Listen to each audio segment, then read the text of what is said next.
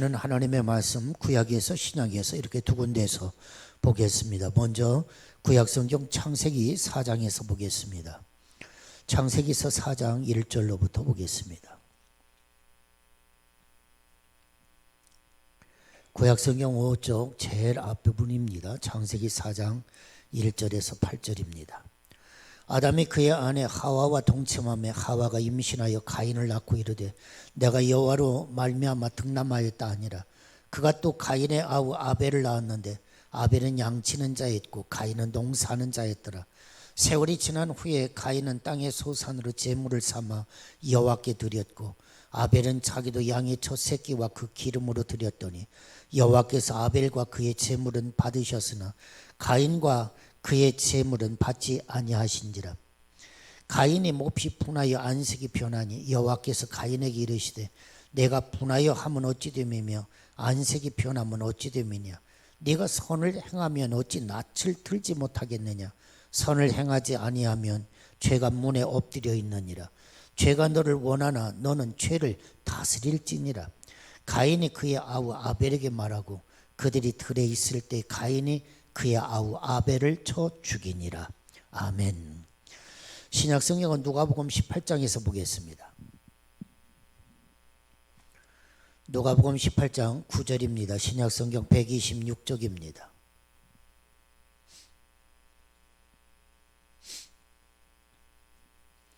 누가복음 18장 9절에서 14절까지 보겠습니다.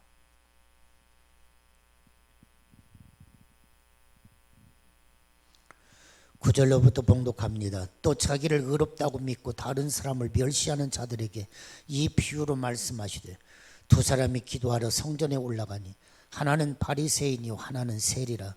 바리새인은 서서 따로 기도하여 이르되 하나님이여 나는 다른 사람들 곧 토색 불의 간음을 하는 자들과 같지 아니하고 이 세리와도 같지 아니함을 감사하나이다.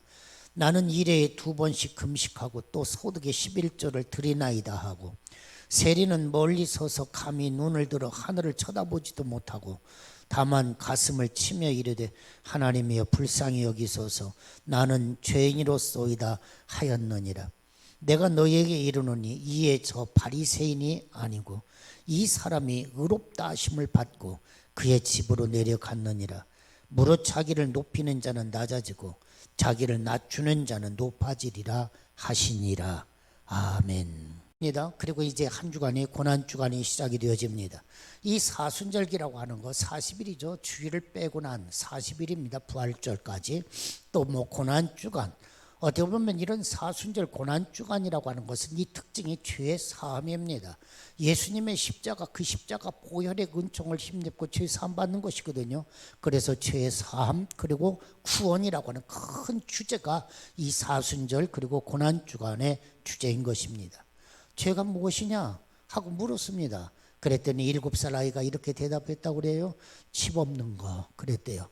집 없는 거 다 해도 어이가 없어서 뻥하고 쳐다봤대요. 그리고는 아연실색할 수밖에 없었답니다. 오늘 우리 사회의 현실을 반영하는 풍자이지만 마음을 아프게 하는 부분이기도 합니다. 죄 혹은 죄인이라고 하는 말을 들으면 여러분은 어떤 생각이 드십니까? 우리는 그 의미가 긍정적이든지 부정적이든지 간에 교회에서 너무 자주 듣는 말이니까 죄인 그러거든요.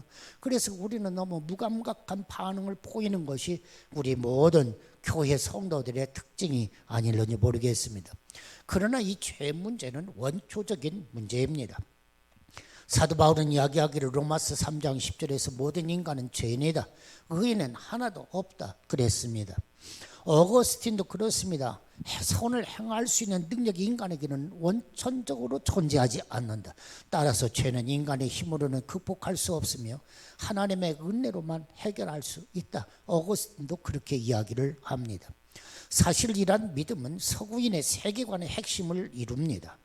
사실 유대교, 동방 정교의 기독교, 또한 무슬림, 어떻게 보면 좀 다른 어떤 교파죠, 종파죠. 그렇지만 또 하나님을 또 바라보고 있는 종파들이거든요. 그런데 그들 속에서는 이런 신학은 없습니다. 원죄라고는 의식이 없습니다. 어떻게 보면 서방 기독교에 독특하게 나타나는 이 교리가 원죄라고 하는 교리입니다. 어떻게 보면 터툴리안이라는 교부에 의해서 이것이 형성이 되어지면서 어거스틴에 의해서 확고적인 신학적 체계를 갖추게 되는 것이죠. 너는 죄인이야. 죄인으로 태어났어. 지금도 죄인이야. 참 부담스러운 이야기일 수도 있습니다. 어쨌든 이 원죄라고 하는 교리가 역사적으로는 기독교인들을 교회와 사제들 혹은 목사들에게 의존하게 만듭니다. 아무리 똑똑하고 살이 분명한 사람이라고 할지라도 교회에서만은 맹목적 신앙으로 사는 사람들을 보면서 야, 참 기이한 현상이다 하고 우리는 의아스럽게 볼 때도 있습니다. 이것이 이런 원죄, 이런 교리 속에서 형성될 수 있다, 그런 이야기입니다. 또한 죄인이면서도 동시에 거룩해야 한다고 하는 자기도 모르게 기독교인들을 이중적인 이 압박에 시달리게 만들기도 했습니다. 자, 그렇다고 한다면 이 죄인이라고 하는 이 부분을 우리는 어떻게 이해해야 할까?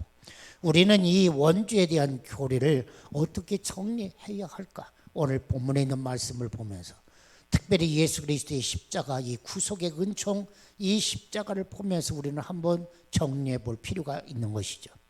오늘 본문에 있는 말씀을 생각해 보십시오. 세리가 있습니다. 차마 머리를 들지도 못하고 자기 가슴을 치면서 오 하나님, 죄인입니다. 나에게 자비를 베풀어 주십시오. 이것이 누가복음 오늘 본문에 있는 말씀입니다. 여러분, 베드로가 예수님을 처음 만났을 때 어떻게 고백을 하죠? 주여, 나에게서 떠나 주십시오. 나는 죄인입니다. 누가복음 5장 8절에서 그렇게 고백합니다. 사도 바울은 뭐라고 이야기를 합니까? 모든 사람은 죄인입니다. 그러면서 그는 자기 자신을 가리켜서 말을 합니다. 나는 죄인 중에 괴수입니다. 이렇게 이야기를 합니다. 여기서 죄인이라고 하는 것은 자기 자신의 고백입니다. 누구를 가리키면서 저 사람은 죄인입니다. 너희들 다 죄인이야가 아닙니다. 하나님 앞에 선 인간으로서 모두가 다 나는 죄인입니다 하고 고백해야 한다고 하는 사실입니다. 오래전에 여러분 내 탓이요 하는 사회 캠페인이 있었습니다. 사회적으로 큰 호응을 얻기도 했어요. 오늘 이 시대도 역시 마찬가지 좀 이런 캠페인이 있어야 하지 않을까 싶어요. 내 탓입니다. 내 탓입니다. 위로부터 아래까지 모든 사람들이 내 탓이라고 가슴을 친다면 아마 세상은 평화로운 세상이 될 것입니다. 이런 캠페인이 있을 때 여러분 어땠습니까? 자동차에 스티커를 붙이고 다닙니다. 내 탓이요 하고 스티커를 붙이고 다닙니다. 그런데 대부분의 차들은 앞에 붙이는 게 아니라 뒤에다 붙입니다. 뒤에다 붙이면서 뭐라고 해요? 네 탓이요, 네 탓이요. 보는 자들마다 내 탓이요, 내 탓이요. 그 얘기는 뭐예요? 네 탓이요, 네 탓이요. 앞에 붙이면 내 탓인데 자동차 뒤에 붙이는 건 뭐예요? 뒤에 따라오는 자동차야, 네 탓이야, 네 탓이야. 사랑하는 여러분, 어떻게 보면 그렇게 강요하는 듯 했다, 그 얘기입니다. 성전에서 기도하는 바리새인 그리고 세리의 이야기, 오늘 누가 본 본문이 아닙니까? 오늘 자기를 의롭다고 믿고 다른 사람을 멸시하는 오늘 그런 사람들을 보면서 예수님께서 비유로 말씀하셨다, 그런 이야기예요. 오늘 복음서에서 바리새인들은 거의 부정적으로 등장합니다. 그런데 여러분, 뭐 바리새인이니까 저놈들은 참 나쁜 놈들이야, 우리는 그렇게 생각할 수가 있습니다만은 실제로 바리새인은 그렇지 않습니다. 집단적으로 매도될 수 없는 존재들입니다. 그들은 누구보다도 하나님에 대한 신뢰, 하나님의 말씀, 율법을 지키기 위해서 애썼던 사람들이 바리새인입니다. 그들 중에는 하나님을 모욕하는 로마에 대항하여 자기의 목숨 걸고 싸웠던 사람도 있습니다. 로마에 빌붙어서 하나님의 백성을 등쳐먹는 사람들을 암살하기 위하여 조직한 조직단체도 있습니다. 그리고 누구보다도 철저하게 자기를 돌아보면서 하나님 앞에서 경건하려고 애썼던 사람들이 바리새인입니다. 그럼에도 불구하고 성경에서 바리새인이 지탄의 대상이 되는 이유가 무엇이겠습니까? 사랑하는 여러분, 바리새파 사람들은 그 이름에 어울리게 늘 자기 자신을 다른 사람들과 분리했다고 하는 사실입니다. 이 바리새인, 그러면 우리가 떠올려 볼 수 있는 것이 분리입니다. 분리주의자. 여러분, 이 분리라는 것을 생각해 보십시오. 두 가지 의미로 우리는 생각해 볼 수가 있습니다. 첫째는 악한 세상에 물들지 아니하려고 노력하는, 그래서 악한 세상 속에서 자기를 자꾸 분리해서 거룩한 삶으로 분리해내는 분리가 있습니다. 이건 참 선한 분리입니다. 그런데 두 번째 분리가 있습니다. 바로 그것은 자기와 다른 사람들을 차별하는 근거가 되는 분리입니다. 오늘 바리새인이 왜 지탄을 받고 있느냐? 오늘 세상의 악으로부터 자기 자신을 분리하려고 하는 것이 아니라 다른 사람들과 나를 딱 분리시켜 놓고 자기 스스로를 의롭다 보는 이 분리, 이 두 번째 분리가 오늘 이 바리새인들의 분리인 것입니다.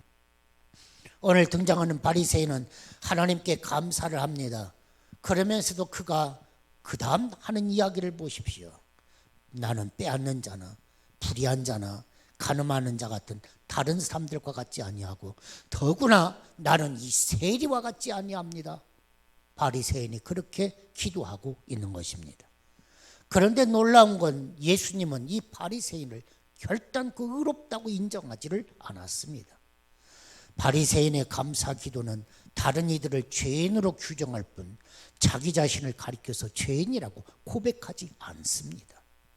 자기를 죄인이라고 고백하는 것은 고사하고 자기의 의를 주장합니다. 나는 저 사람과 같지 않습니다. 나는 착하고요. 나는 의롭고요. 이것이 바리새인입니다.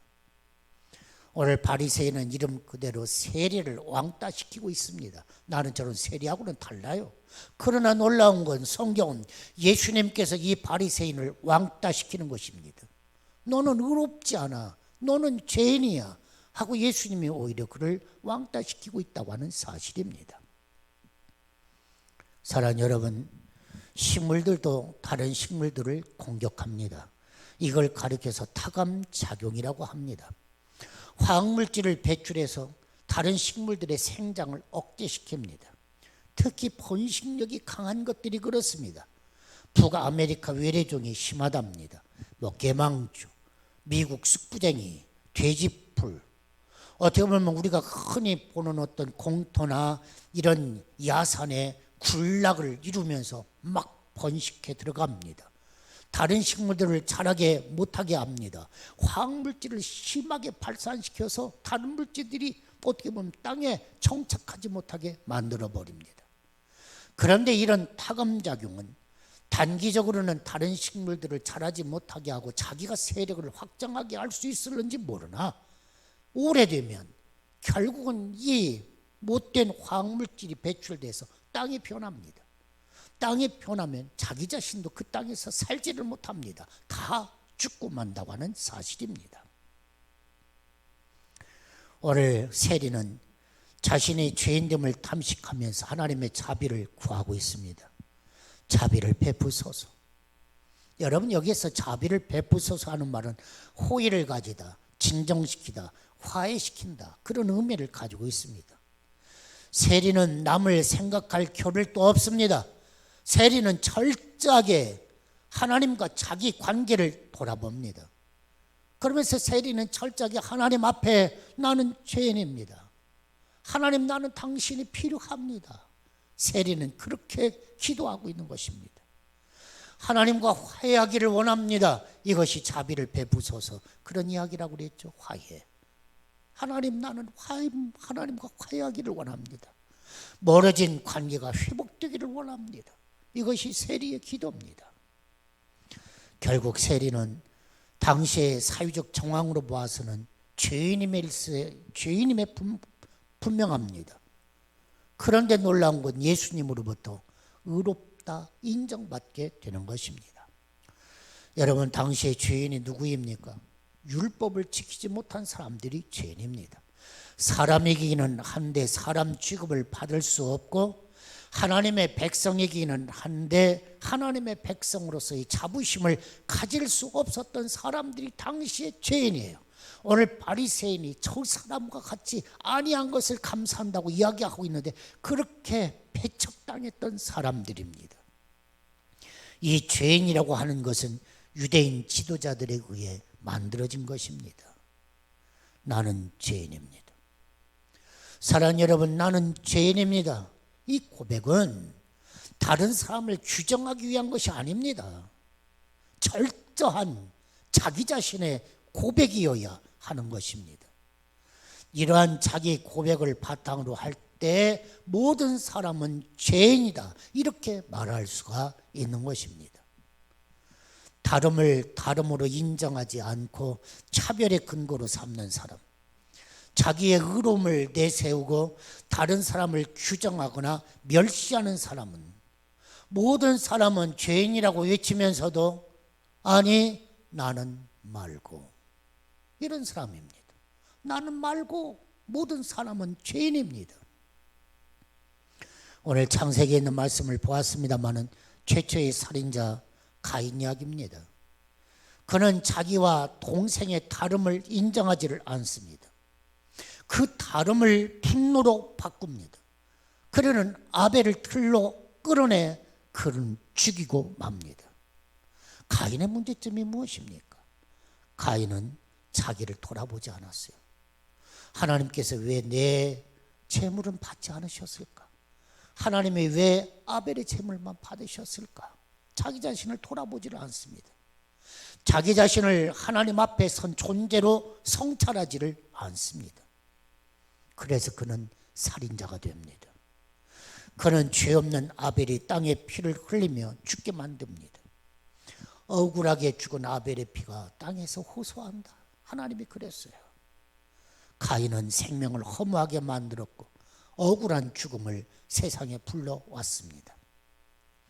예수님은 다른 사람을 죄인으로 규정하고 의로운 사람을 죽이는 바리새파 같은 사람들을 향해서 퍼부은 것입니다.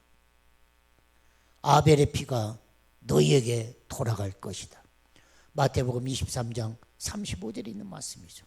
오늘 또 아벨의 피가 너희에게로 돌아갈 거야 하고 말씀하시는 거죠.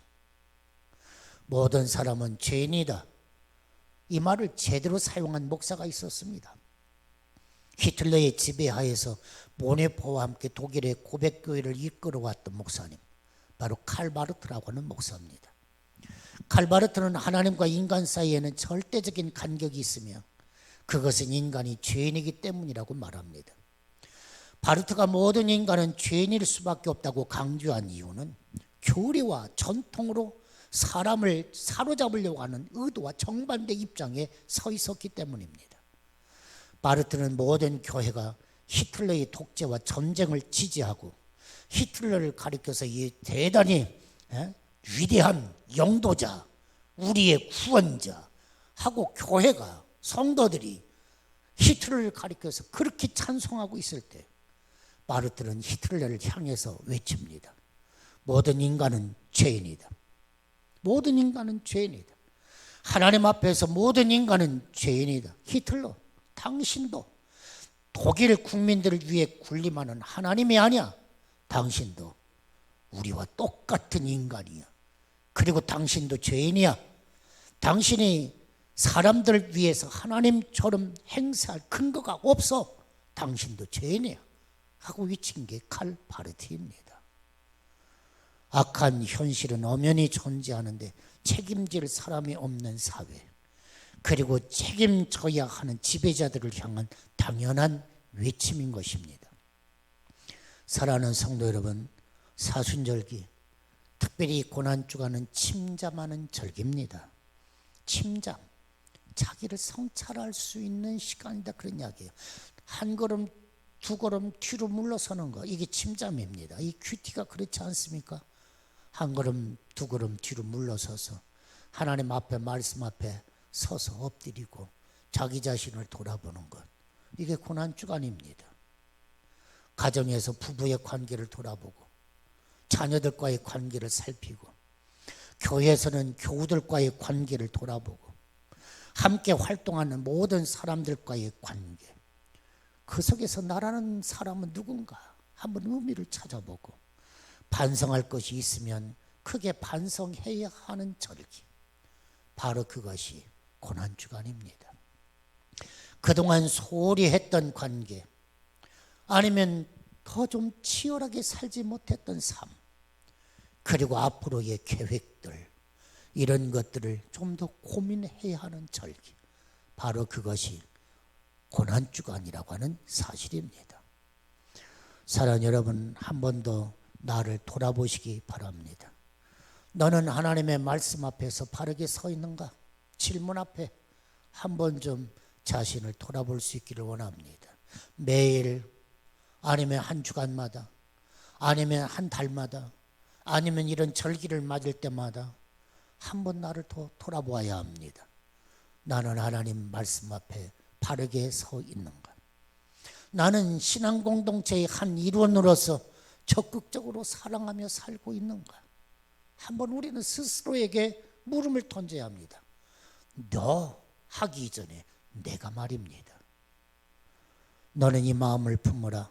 곧 예수 그리스도의 마음이니 그는 본래 하나님의 본체시나 하나님과 동등됨을 취할 것으로 여기지 아니하시고 오히려 자기를 비워 종의 형체를 가지시고 죽기까지 복종하셨으니 너는 이 마음을 품으라. 그렇습니다. 이제 여기에서 다시 시작하는 마음을 품어야 합니다. 그리고 다시 시작하고 싶은 마음을 품을 때마다 하나님 앞에서 내 자신을 돌아보아야 합니다. 나는 하나님과의 관계가 멀어진 죄인입니다. 이 죄인인 나에게 자비를 베풀어 주십시오. 하나님과 죄인인 나의 관계를 회복시켜 주십시오. 오늘 절실하게 필요한 기도가 아니겠습니까? 모두가 자기를 먼저 돌아보고 그럼으로써 얻은 하나님의 위로, 하나님의 용기, 하나님의 희망, 이 희망을 다시 한번 새롭게 간직하고 또 이것을 함께 나눌 수 있는 바로 그런 은혜가 저와 여러분에게 있기를 간절히 바랍니다. 놀라운 건 나눔이라고 하는 것은 나누면 나눌수록 커진다. 그렇습니다. 사랑이 그렇습니다. 나누면 나눌수록 풍성해지는 것. 이게 나눔입니다. 가지려고 하고 나 하기 시작하면 한없이 좁아집니다. 작아집니다. 그러나 여러분, 손을 펴십시오. 스스로를 돌이켜보며 하나님 앞에 바르게 서서 함께 은혜를 나누고 사랑을 나누는 그런 귀한 고난주간이 될 수 있기를 간절히 바랍니다. 기도합시다. 하나님 앞에서 우리는 내 자신을 돌아볼 길을 못했습니다. 너무 바쁩니다. 그리고 나를 돌아볼 만한 마음이 없었습니다. 주여, 예수의 십자가 앞에 나왔습니다. 무릎 꿇고 엎드리게 하시고 내 무거운 짐 다 내려놓고 다시 한번 이제는 내 자신을 한번 바라보고 성찰할 수 있도록 하나님 도와주셔서 예수님의 은혜가 나는 필요합니다. 하나님 당신이 나는 필요합니다. 당신과 화해하기를 원합니다. 믿음으로 고백하며 다시 한번 새로워지게 하여 주옵소서. 감사드리오며 예수님의 이름으로 기도하옵나이다. 아멘.